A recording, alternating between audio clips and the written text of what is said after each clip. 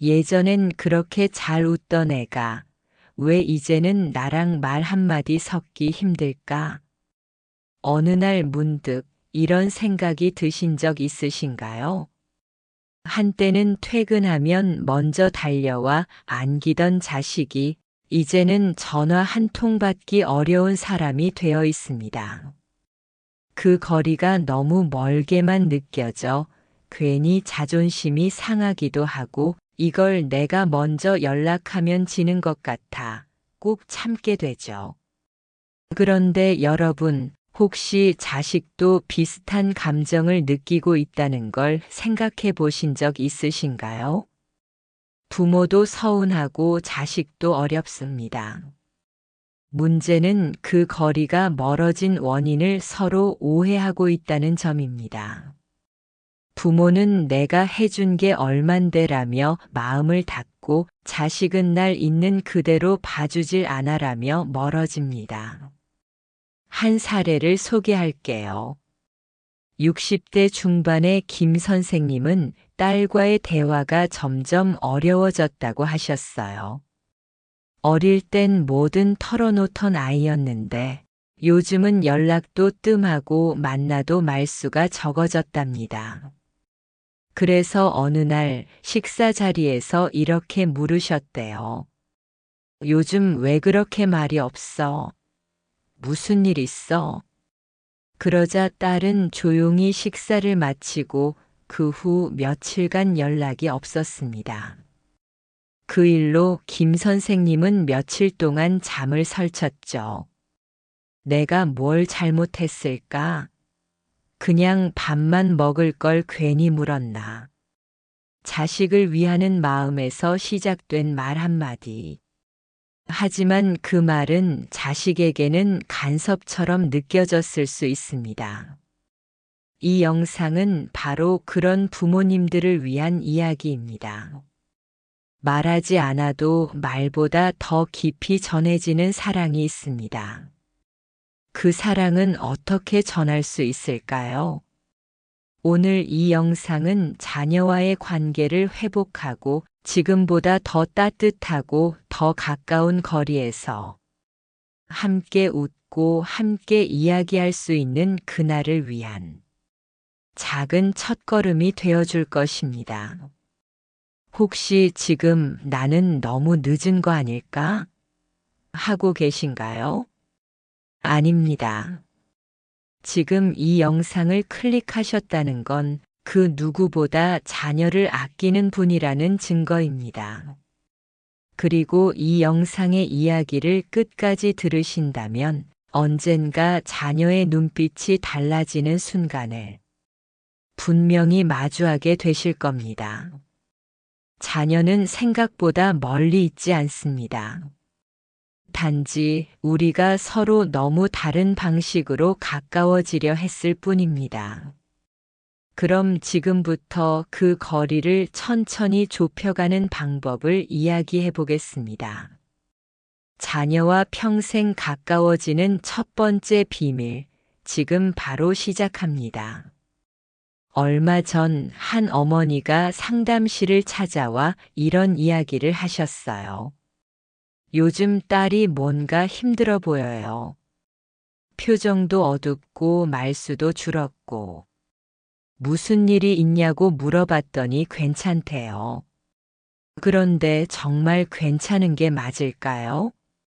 이 질문 혹시 여러분도 해보신 적 있으신가요? 부모는 자식의 얼굴만 봐도 압니다. 눈빛, 말투, 숨소리 하나에도 변화가 느껴지니까요. 그러니 자녀가 힘들어 보이면 가슴이 먼저 조여오죠. 무슨 일이 있냐 도와줄게, 괜찮니 말이 앞서 나갑니다. 그런데 여러분, 때로는 이 관심이 자식에게는 간섭으로 느껴질 수 있다는 사실을 알고 계셨나요? 서울대학교 심리학 연구팀의 조사에 따르면 성인 자녀가 부모와의 관계에서 가장 부담스럽게 느끼는 요소 중 하나가 바로 원치 않는 감정 개입입니다. 특히 예민한 상황일수록 부모의 말은 조언이 아니라 통제로 느껴진다고 합니다. 왜 그럴까요? 자녀는 이미 하나의 완성된 존재로 인정받고 싶어 합니다. 그런데 누군가가 자꾸 괜찮니? 어디 아프니? 표정이 왜 그래? 라고 물으면 자신이 아직도 부모의 보호 아래 있어야 하는 사람처럼 느껴지죠. 그러니 자녀가 조용할 땐 부모도 조용한 배려를 선택해야 합니다. 그 어머니는 딸에게 아무 말도 묻지 않기로 했습니다.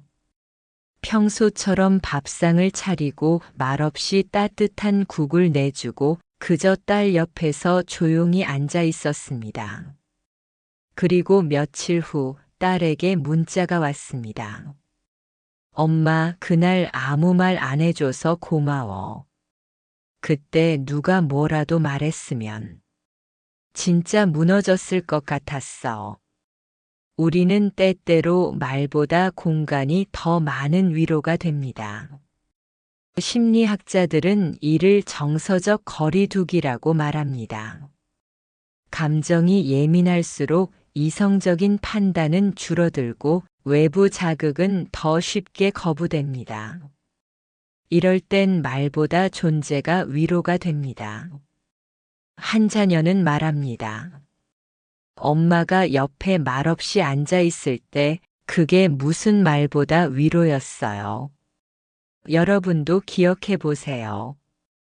정말 힘들던 시기에 자꾸 묻는 사람보다 조용히 옆에 있어준 사람에게 더 고마웠던 적이 있지 않으셨나요? 사랑한다면 때로는 묻지 않고 기다리는 용기가 필요합니다. 그 용기는 생각보다 더 큰 신뢰를 자녀에게 전달합니다. 심리학 용어로는 심리적 공간의 허용이라고 부르는데요. 이 공간을 주는 부모일수록 나중에 자녀가 먼저 다가와 대화를 시도할 확률이 무려 3배 이상 높다고 합니다. 그리고 그 대화는 더 깊고 더 진실합니다. 왜냐하면 그건 준비된 마음에서 나온 말이기 때문이죠. 그러니 부모가 먼저 다가가지 않아도 괜찮습니다. 그저 조용히 옆에 있어 주세요. 물어보지 않아도 마음은 통합니다. 다음 이야기에서는 왜 부모의 경제적 지원이 때로는 관계를 더 멀어지게 만들까에 대해 함께 생각해 보겠습니다. 자녀가 성장할 수 있도록 돕는 방법은 꼭 돈이나 도움으로만 가능한 게 아닙니다. 지금부터는 없는 척이 관계를 지키는 지혜가 될 수 있는 놀라운 이유를 이야기해 드릴게요. 엄마, 전세금이 좀 부족한데 혹시 조금 도와주실 수 있을까요? 이 한마디에 부모의 마음은 수없이 흔들립니다. 주머니 사정을 떠나 당장 뭐라도 해주고 싶은 마음. 그게 부모의 본능이죠. 하지만 여러분, 정말 그때 도와주는 게 자녀를 위한 길일까요? 한 아버지의 이야기입니다. 딸이 첫 독립을 준비하며 전세 자금이 모자라다 말했습니다. 예전 같았으면 당연히 도와줬을 겁니다. 하지만 그날은 이렇게 말했답니다. 우리도 지금 노후 준비로 빠듯해서 이번엔 너희가 좀 더 알아봐야겠다. 그래도 잘 해낼 거야. 내가 알잖아. 며칠 후 딸은 전화를 걸어 이렇게 말했어요. 아빠, 처음엔 좀 서운했는데요. 막상 발품 팔고 이것저것 알아보니까 제가 뭘 감당할 수 있고 없는지를 알겠더라고요. 지금은 괜찮아요. 오히려 잘 된 것 같아요. 이 말을 들은 아버지는 어딘가 가슴 한켠이 따끔하면서도 따뜻했다고 합니다. 여러분, 도와주고 싶은 그 순간을 참는 것이 진짜 사랑일 수 있습니다. 왜냐고요? 우리가 반복해서 주는 도움은 자녀에게 의존의 습관을 학습시킬 수 있기 때문입니다. 심리학에서는 이 현상을 학습된 무력감과 적응적 의존이라 부릅니다. 처음에는 고마워하던 자녀가 점점 당연하게 느끼기 시작하죠. 그리고 어느 순간부터 왜 안 도와주시냐는 섭섭함으로 바뀝니다. 실제로 국내 한 조사에 따르면 성인 자녀와 부모 간 갈등의 42%가 금전적 이유에서 비롯된다고 합니다. 도움을 줬기 때문에 오히려 멀어지는 관계. 아이러니하지만 매우 흔한 현실입니다. 어떤 분은 이렇게 말하죠. 돈이 없어서 못 도와주는 것도 괴롭고 돈이 있어 도와주는 것도 걱정이에요. 그럴 땐 없는 척이 필요합니다. 이건 거짓말이 아닙니다. 자녀의 독립을 위한 가장 따뜻한 조절 행위입니다. 왜냐하면 부모가 모든 걸 다 해결해주는 구조는 결국 자녀의 인생 설계 능력을 빼앗아갑니다. 지금의 작은 고생이 나중엔 자립심이라는 큰 자산으로 돌아오게 해야 합니다. 도와주지 않겠다는 게 아니라 스스로 해볼 기회를 먼저 주자는 것입니다. 예를 들어 이렇게 말해보세요. 지금 우리도 여유롭진 않아. 하지만 너라면 잘 해낼 수 있을 거라고 믿어. 이 말은 단순한 거절이 아닙니다. 믿음의 선언이자 성인 대 성인으로서의 관계 전환입니다. 오히려 자녀는 그 순간 자신이 신뢰받고 있다는 사실에 더 큰 책임감을 느낍니다. 그리고 기억하세요. 부모가 끝없이 베푸는 존재가 되는 순간 자녀는 계속해서 받는 존재가 될 수도 있습니다. 그 관계는 시간이 지날수록 점점 더 힘들어집니다. 이제는 바꿔야 합니다. 주지 않아야 지켜지는 사랑도 있다는 것. 참아야 전해지는 신뢰도 있다는 것. 여러분, 자녀가 기대는 어깨가 항상 든든하길 바라시나요? 그렇다면 너무 일찍 기대게 하지 마세요. 기댈 곳은 자녀 스스로 만들어야 그 어깨도 단단해질 수 있습니다. 다음 이야기에서는 말보다 침묵이 더 깊은 대화가 될 수 있는 순간들에 대해 함께 나눠보겠습니다.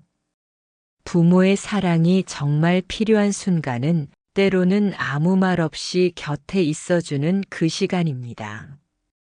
지금부터는 못 본 척의 지혜, 그리고 신뢰를 쌓는 침묵의 힘에 대해 말씀드릴게요. 딸이 혼자 집에 왔어요. 표정이 무겁고 눈빛도 어두웠어요.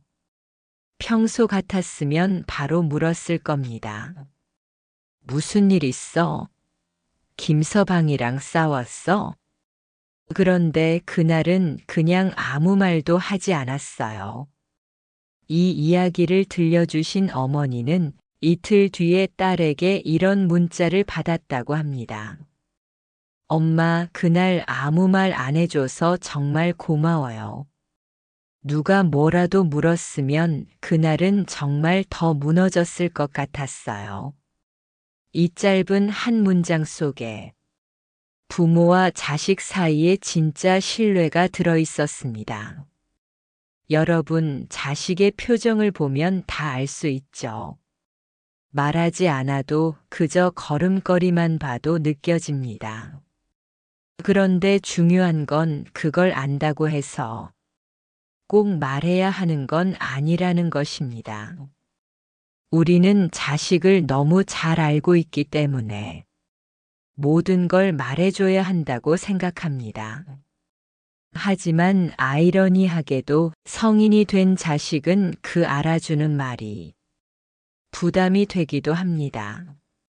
왜냐하면 아직 준비되지 않은 감정은 아무리 부모의 말이라도 쉽게 받아들여지지 않기 때문입니다. 심리학자 윌리엄 도허티 박사는 말합니다. 성인 자녀와의 건강한 관계는 정서적 공간을 인정하는 것에서 시작된다. 그렇다면 우리가 자식을 위해 진짜 해야 할 일은 무엇일까요? 지켜봐 주는 것입니다. 그저 옆에 있어 주는 것. 묻지 않고 판단하지 않고 필요한 순간까지 기다려 주는 것. 이건 결코 쉬운 일이 아닙니다. 왜냐하면 부모의 마음은 늘 앞서기 때문입니다. 말이라도 해주고 싶고 조언이라도 주고 싶고 그러지 않으면 너무 무심한 것 같아서 불안하니까요. 그런데 여러분, 말을 하지 않는 건 포기가 아닙니다. 존중입니다. 자녀의 감정과 상황이 스스로 정리될 시간을 주는 가장 깊은 배려입니다. 기억해 보세요. 힘든 날 누군가가 자꾸 물어보면 오히려 더 말하기 싫어졌던 경험. 그 순간 필요한 건 말이 아니라 쉴 수 있는 공간이었습니다.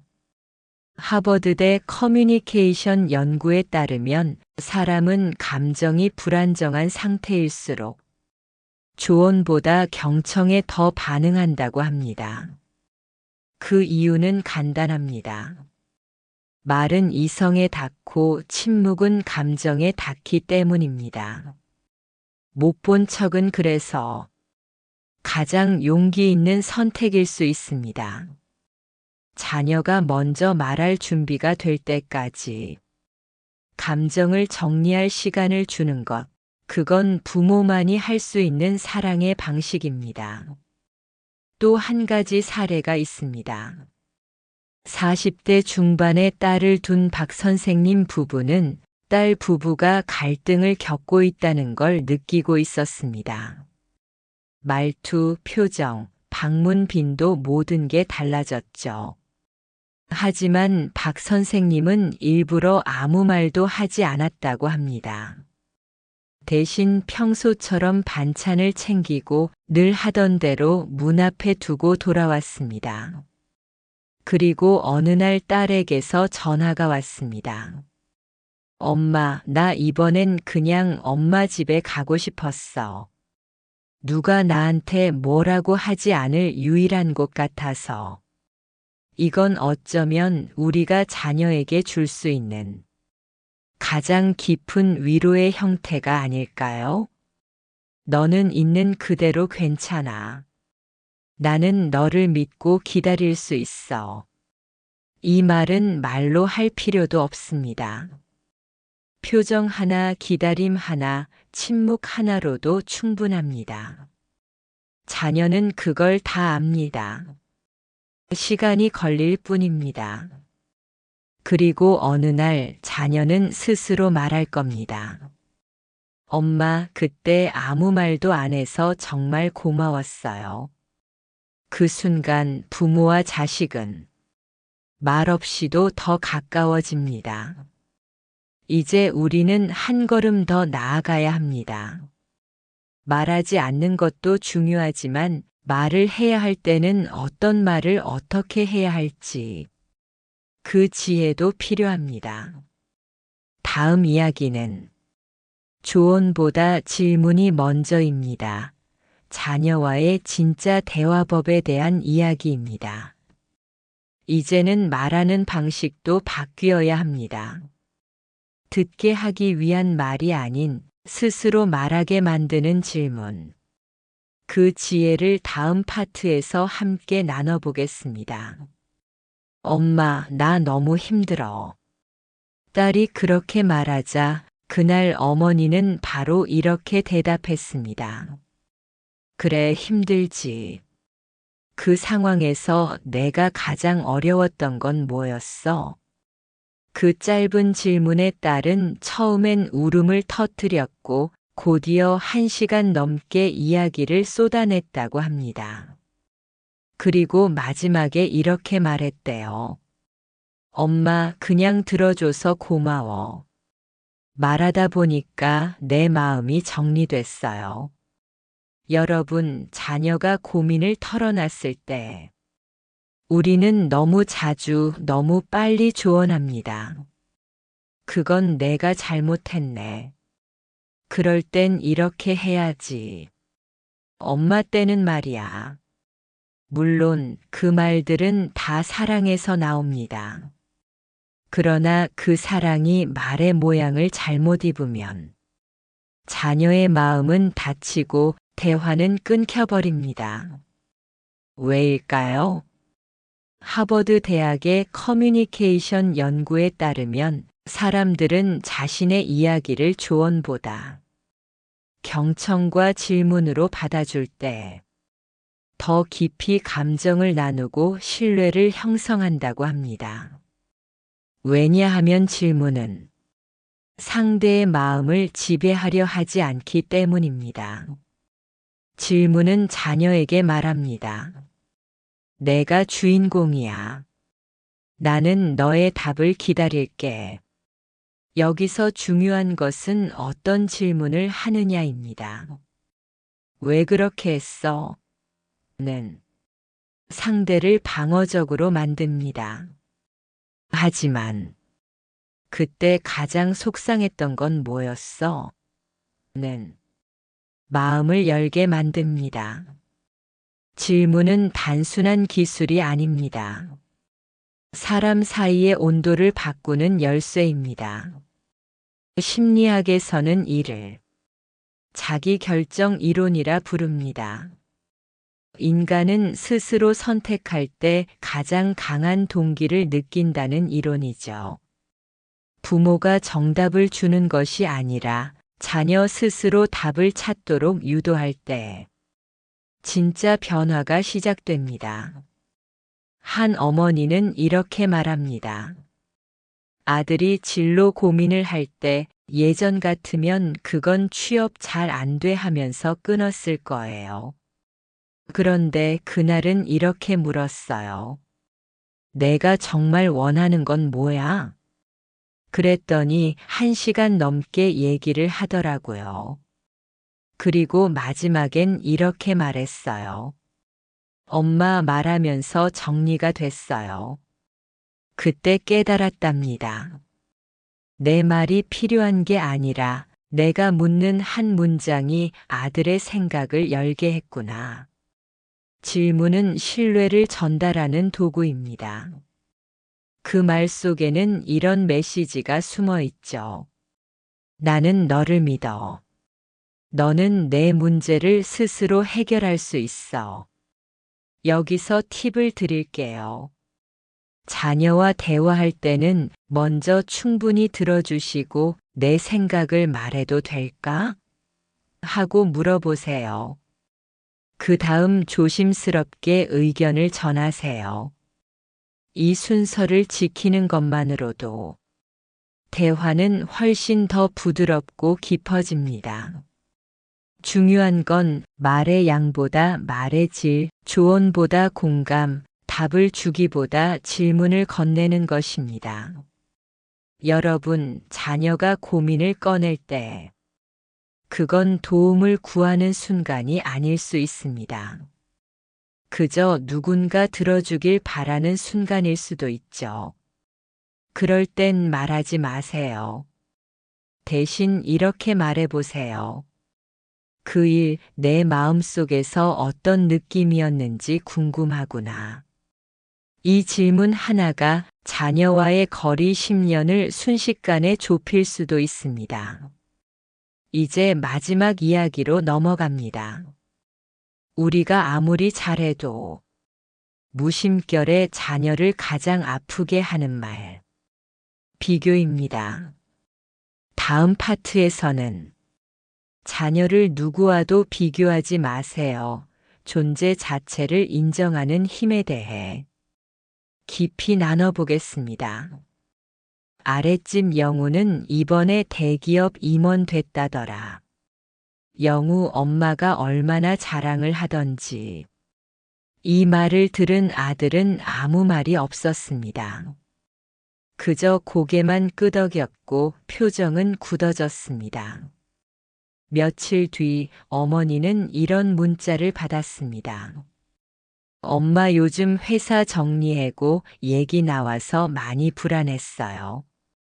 그런 얘기를 듣고 나니까 더 위축되더라고요. 자식을 칭찬한 것도 아니고 꾸짖은 것도 아니었습니다. 그저 남 얘기를 했을 뿐인데 그 한마디가 아들의 자존감을 무너뜨린 겁니다. 여러분, 우리는 자주 좋은 의도로 나쁜 말을 합니다. 너도 저렇게만 하면 돼. 누구는 잘만 하더라. 옆집 애는 벌써 결혼도 하고 집도 샀다더라. 그 말이 가진 진짜 메시지는 넌 아직 부족해. 나는 내가 지금 모습으로는 만족스럽지 않아. 라는 뜻으로 전달됩니다. 심리학자 알프레드 아들러는 말했습니다. 모든 인간의 문제는 비교에서 시작된다. 그 중에서도 가장 깊은 상처는 가족에게서 오는 비교입니다.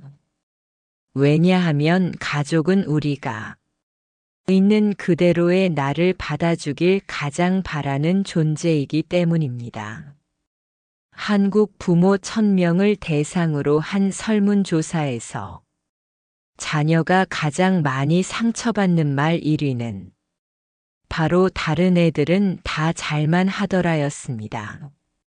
그 말이 자녀의 마음에 남기는 상처는 단순한 서운함이 아닙니다. 존재에 대한 부정감입니다. 한 어머니는 이렇게 바꿔보기로 했습니다.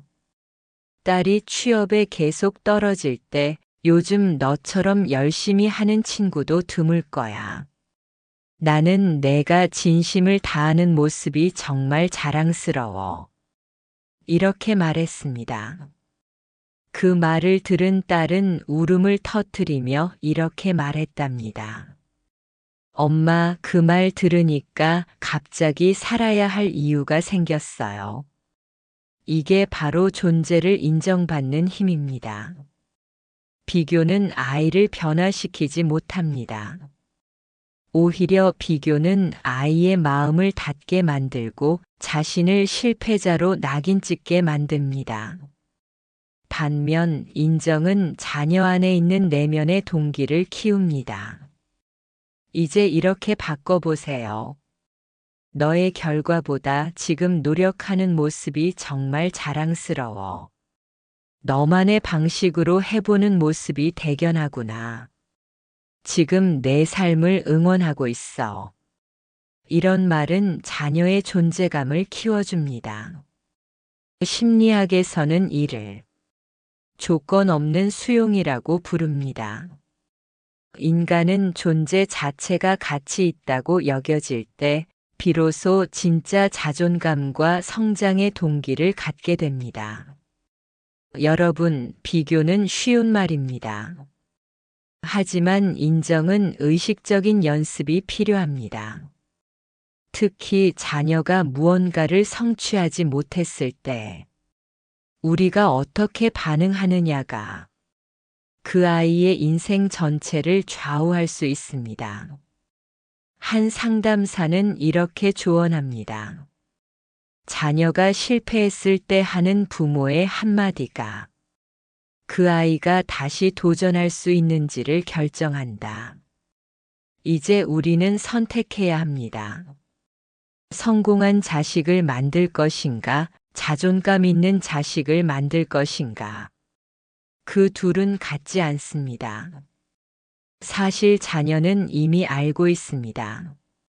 친구가 더 성공했는지, 동창이 먼저 결혼했는지 그 압박을 그 누구보다 더 잘 알고 살아갑니다. 그런 세상 속에서 부모마저 비교한다면 자녀는 어디서도 편히 숨 쉴 곳이 없습니다.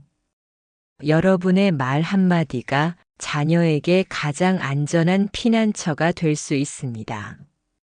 자녀가 성인이 된 이후 우리가 줄 수 있는 가장 큰 선물은 조언이 아니라 존재의 인정, 비교가 아니라 있는 그대로의 수용입니다. 이것이 부모로서의 진짜 지혜입니다.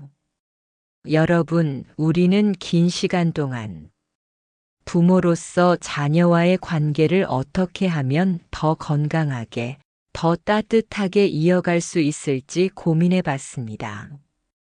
그 과정에서 우리는 알게 됐죠. 때로는 모르는 척 하는 것이 진짜 배려일 수 있다는 것. 없는 척 하는 용기가 자녀의 자립을 돕는 가장 큰 선물일 수 있다는 것. 그리고 못 본 척하는 지혜가 자녀의 마음을 지켜주는 보호막이 된다는 것. 우리는 충고보다 질문을 먼저 던져야 하고 비교보다는 존재 자체를 인정해야 한다는 것도요. 그 모든 실천의 바탕에는 단 하나의 질문이 있습니다. 나는 정말 자녀를 믿고 있는가? 믿는다면 우리는 서둘러 조언하지 않을 겁니다. 믿는다면 우리는 계속 퍼주지 않을 겁니다. 믿는다면 우리는 무심한 듯 기다릴 수 있을 겁니다. 사랑은 말로 하는 것이 아닙니다. 사랑은 믿고 기다리고 지켜보는 용기입니다. 여러분, 어른이 된 자녀와의 관계는 부모의 감정이 더 깊어지는 시간이기도 합니다. 자녀가 가끔 차가워 보여도 연락이 뜸해져도 우리의 사랑이 닿지 않는 것 같아도 절대 잊지 마세요. 그들은 우리가 줬던 사랑을 기억하고 있습니다. 다만 표현이 익숙하지 않을 뿐입니다. 어느 날 불쑥 찾아오는 자녀의 전화 한 통, 따뜻한 눈빛 하나, 엄마, 나 그때 정말 고마웠어 라는 말 한마디에 그동안의 모든 노력과 기다림이 눈물처럼 보답받을 순간이 올 것입니다. 여러분은 이미 세상에서 가장 위대한 일을 해낸 사람입니다. 바로 한 사람의 인생을 키워낸 사람이기 때문입니다. 그러니 이제는 그들의 삶을 믿고 멀리서 응원해주는 법을 배워야 할 시간입니다. 이 영상이 여러분에게 조금이나마 위로와 지혜가 되었기를 진심으로 바랍니다. 여러분의 경험을 댓글로 나눠주세요. 그 이야기는 누군가에게 또 다른 큰 힘이 됩니다. 그리고 이 따뜻한 이야기들이 더 많은 부모님들께 닿을 수 있도록 좋아요와 구독, 공유도 함께 부탁드립니다. 오늘도 여러분은 최고의 부모입니다. 지금의 모습 그대로 충분히 잘하고 계십니다. 고맙습니다. 다음 영상에서 다시 뵙겠습니다.